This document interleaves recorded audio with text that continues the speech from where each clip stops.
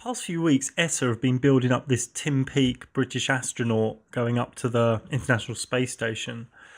They've been throwing a lot of nationalism in there. Old Tim Peake, the British astronaut, la la la. Now, ESA, they take billions of euros in tax every year. And as we exposed on the Rebel Outpost episode 3 recently, ESA's a fraud. They are gatekeepers of the Ball Earth model.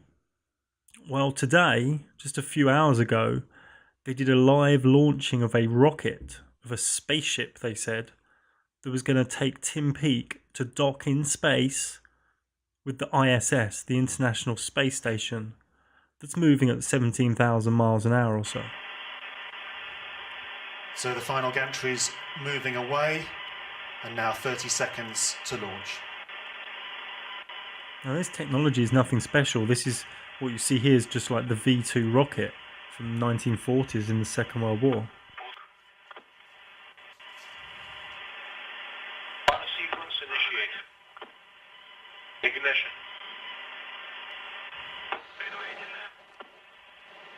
A second tower separation.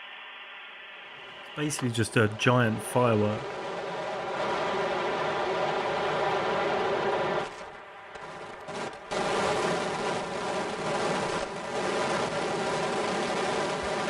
Make a mental note there that you saw this sort of crystal pendulum moving around quite vigorously.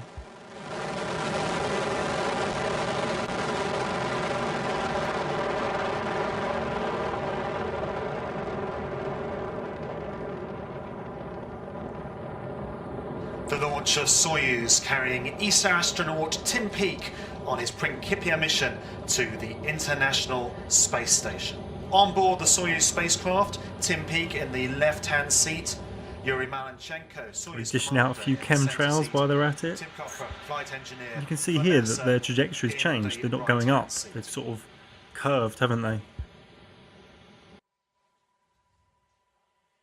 And the next major event, the second stage separation. So you see the spacecraft disappearing into the skies over Baikonur, and I'm not sure whether we can go to the capsule pictures. Oh, there we go, the launch pad. Control parameters nominal. Only a few minutes ago, that had the Soyuz. The Soyuz now heading into orbit. We can't see it anymore, so we're watching, obviously this is an animation, of what is happening on the Soyuz. All systems are nominal at the moment. What is this about? An animation? What about the 20,000 satellites and the International Space Station and the Hubble and all these things they've got on Earth? How can they not see it anymore? It's obvious, isn't it? They're just putting cartoons up there because people are really stupid, and their firework they can just go and crash into the sea somewhere. The second stage, Leo, is firing at the moment. Right, second stage, and the third stage will ignite before the second stage is jettisoned. And here we see live pictures from inside the capsule. UK ESA astronaut Tim Peake there in the right-hand seat, of the Soyuz spacecraft, and a view out of the window. Yeah, you can see the Earth, and you can see also the orientation of the rocket, still vertical, but going slowly horizontal. Still vertical, but going a bit horizontal. What is this? What is this Dracula guy on about? All systems are nominal on that. Third stage will take the Soyuz to orbit. That would be the last one. Back now live inside the What's this guy in the left seat doing? It's like he's doing a crossword. Now, taking off on a plane, it's pretty hard to do a crossword, isn't it? It's a little bit of G-force. But these guys are going a lot faster than when you take off in a plane. Like, what's this guy doing? Word search? Sudoku? I mean, if this was real, he'd have computers to look at.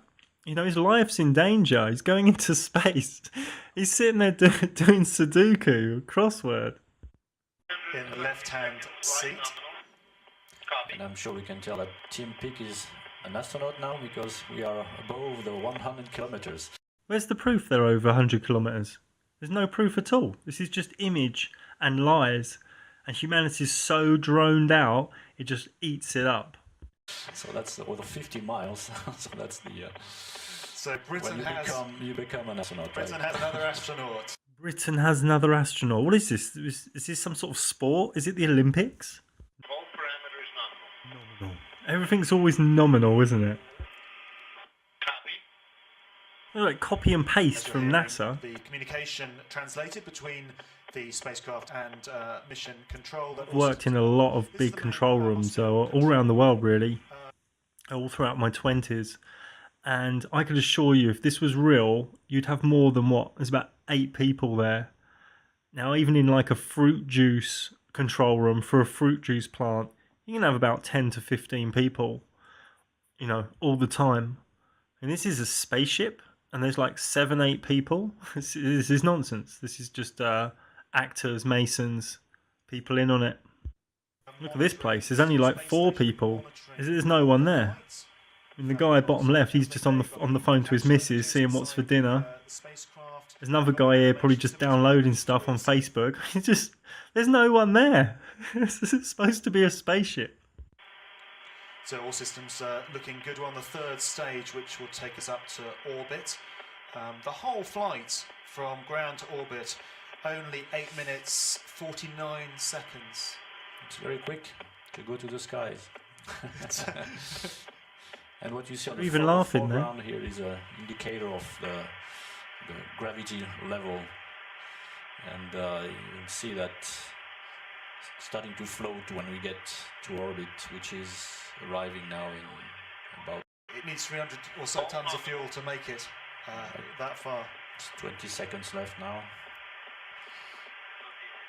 and a lot of fuel has been used. 110 seconds. Pitch yaw and roll nominal. That means it's on track. The trajectory is correct. Here we go. There we go. We are in orbit.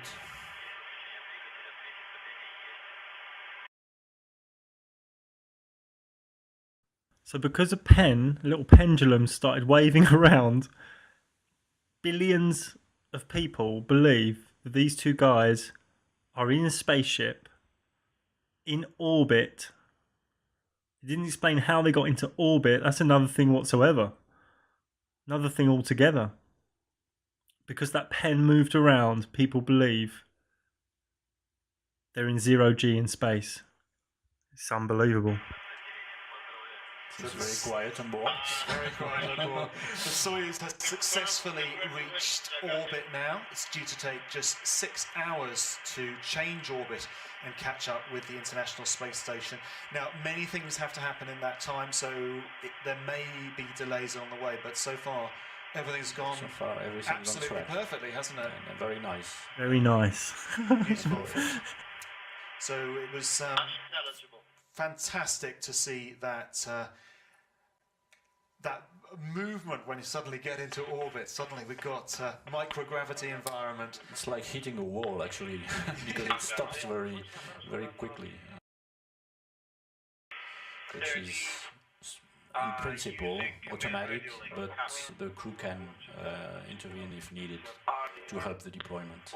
So this is the animation again of what should happen, and Expecting that.